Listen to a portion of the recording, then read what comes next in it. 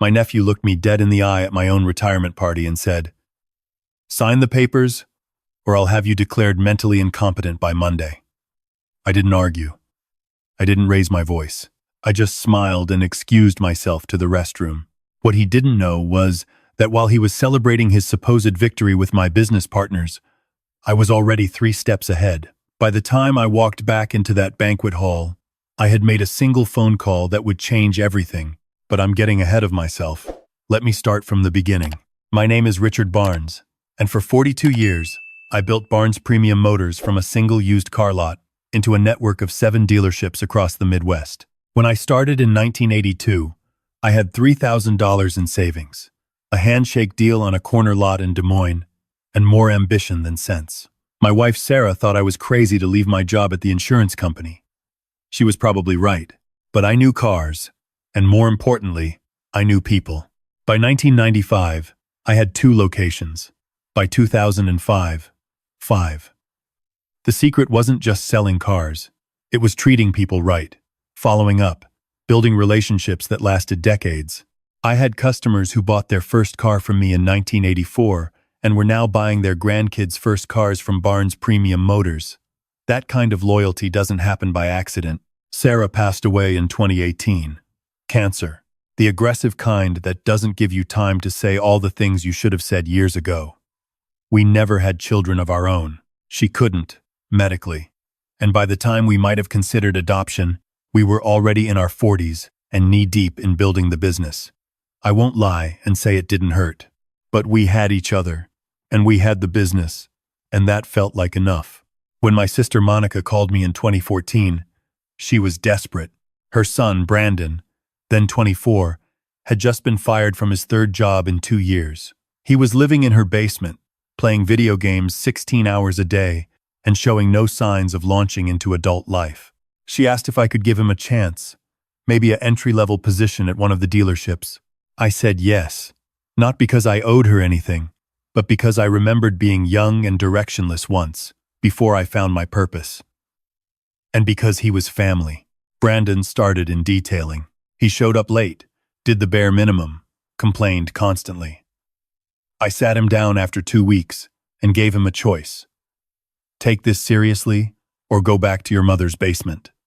Something in him shifted. Maybe it was the ultimatum. Maybe it was finally being around people who expected something from him. But he started showing up on time, started asking questions, started paying attention. Over the next 10 years, I moved him through every department. Sales, finance, service, parts. I paid for his business courses at the community college. I brought him to industry conferences. When he married his girlfriend Ashley in 2019, I paid for the wedding, $28,000 for a reception at the Prairie Moon Winery, because Ashley wanted everything Instagram perfect. I didn't mind. He was the closest thing to a son I'd ever have. By 2024, Brandon was my general manager. He oversaw day-to-day operations at the Des Moines flagship location. He was good at it, I'll admit that. He had a natural charisma with customers and knew how to motivate the sales team. I started thinking about succession planning, about retirement, about finally taking Sarah's ashes to Scotland like I'd promised her. That's when I announced my retirement. March 15th, 2024. I was 67 years old, tired in a way that sleep couldn't fix, and ready to step back. I planned a transition over 6 months, with Brandon taking over as majority owner by September. I had lawyers drawing up the papers. I had accountants structuring the deal. I was giving him 70% of the business for 1/3 of its market value because he was family. The retirement party was scheduled for March 23rd at the Renaissance Hotel. 200 guests, business partners, employees, customers I'd known for decades, family, friends. I'd given a brief speech thanking everyone. Gotten a little emotional talking about Sarah and how she'd been there for the hard years, and was making my way through the crowd shaking hands when Brandon pulled me aside. "We need to talk," he said. His jaw was tight. Ashley stood behind him, holding her phone like it was a weapon. "Now?" I asked. "Brandon, I'm in the middle of—" "Now," he insisted. He steered me toward a private conference room off the main hall. Ashley followed, closing the door behind us. On the table was a stack of documents I didn't recognize. "What's this?" I asked. "New terms," Brandon said flatly. "The deal you structured isn't going to work." I felt the first flutter of unease in my chest. "What do you mean it's not going to work? We've spent 3 months with lawyers. You're giving me 70%, but you're keeping too much control," he interrupted. "Board seats, veto rights, financial oversight. I can't run a business with you looking over my shoulder." "Brandon, those protections are standard. I'm handing you a $30 million business. I need to know it's in good hands." Ashley spoke up for the first time. "What you need is to let go." The way she said "your time" made my skin crawl, like I was already irrelevant, already past my expiration date. "These new papers give me full control," Brandon said, tapping the stack. "Clean transfer. You walk away with your retirement package. I run the business my way. No interference." I picked up the documents and started reading. The first page made my stomach drop. He wasn't just asking for control. He was asking me to sign over my entire ownership stake for $2 million. $2 million. For a business worth $30 million.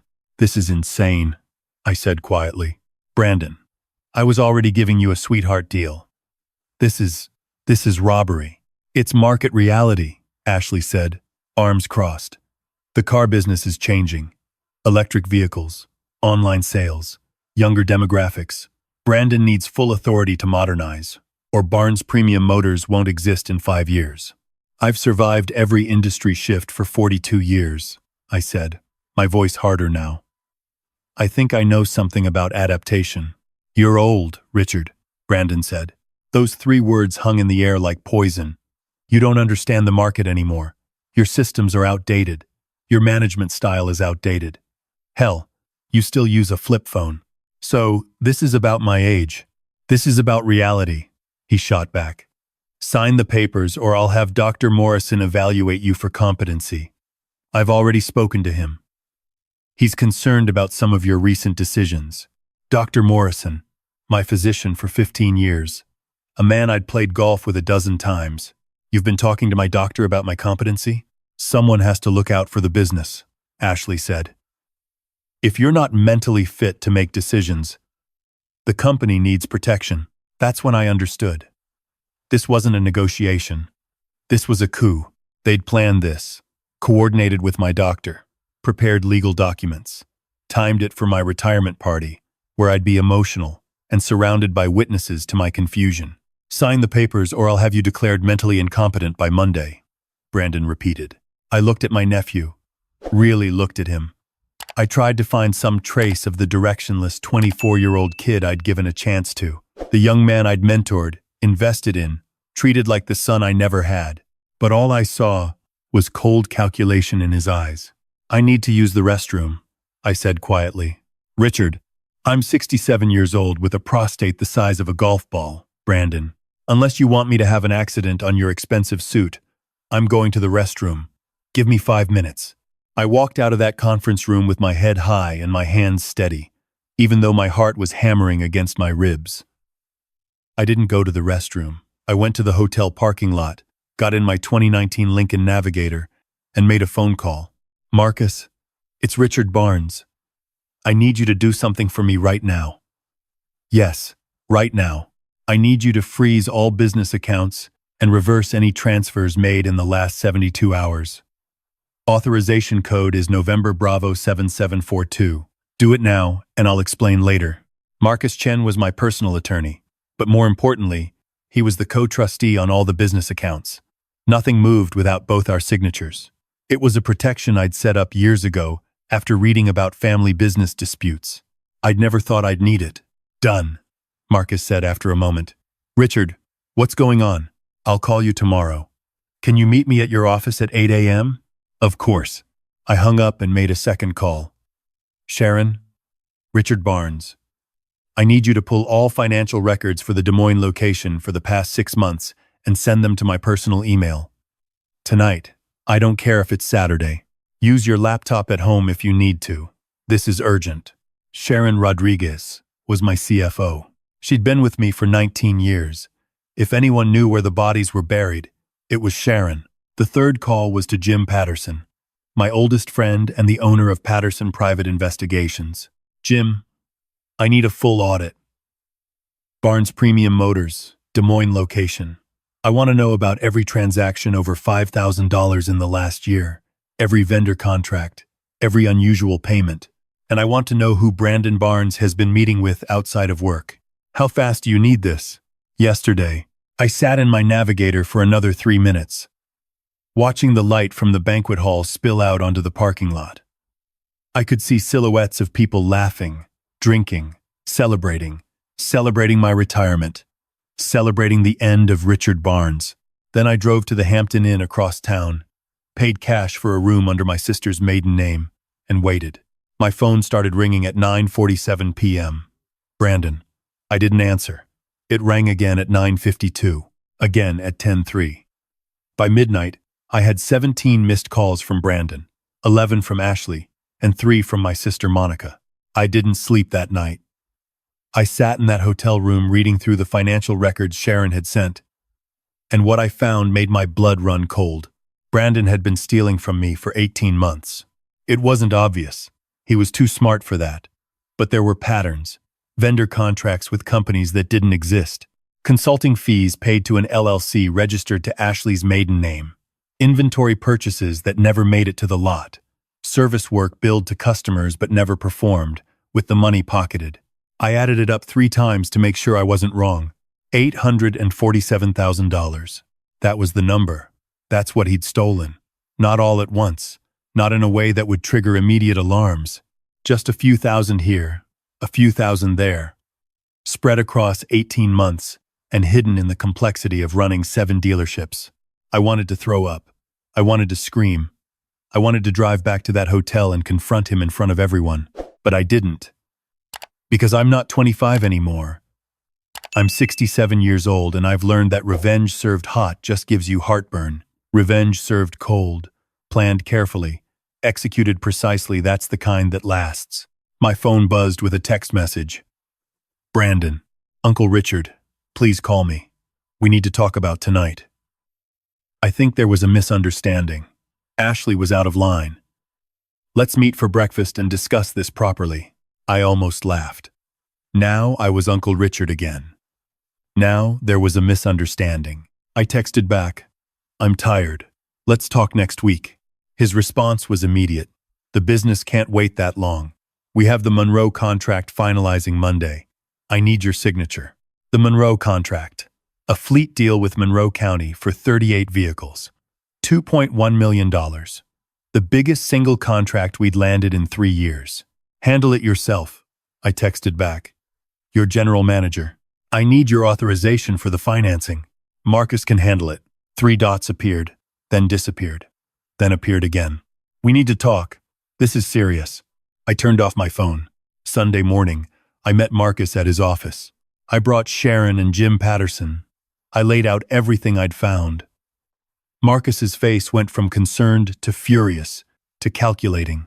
This is embezzlement, he said flatly. And if he's been meeting with competitors like Jim's preliminary report suggests, it might be corporate espionage too. I don't care about criminal charges, I said. Not yet, anyway. First, I want my company back. What are my options? Marcus pulled out a legal pad. The ownership transfer hasn't happened yet, so you still have full control. We can remove him as general manager immediately. File a civil suit for the embezzlement. And if he tries to push the competency angle, I'll bury him, Sharon said quietly. She was normally the kindest person I knew, but there was steel in her voice now. I have documentation of every transaction, every irregularity, and I have emails where he specifically instructed me not to flag certain expenses for your review. He knew exactly what he was doing. Jim cleared his throat. Richard, there's something else. Brandon's been meeting with Thomas Kelly, owner of Kelly Auto Group, my biggest competitor in the region, a man who'd tried to buy me out 3 times over the years and gotten angry when I refused. What kind of meetings? Twice in the last month. Once at a restaurant in Omaha, once at Kelly's office. My source says they were discussing a potential merger after Brandon took control. The final piece clicked into place. This wasn't just about stealing money.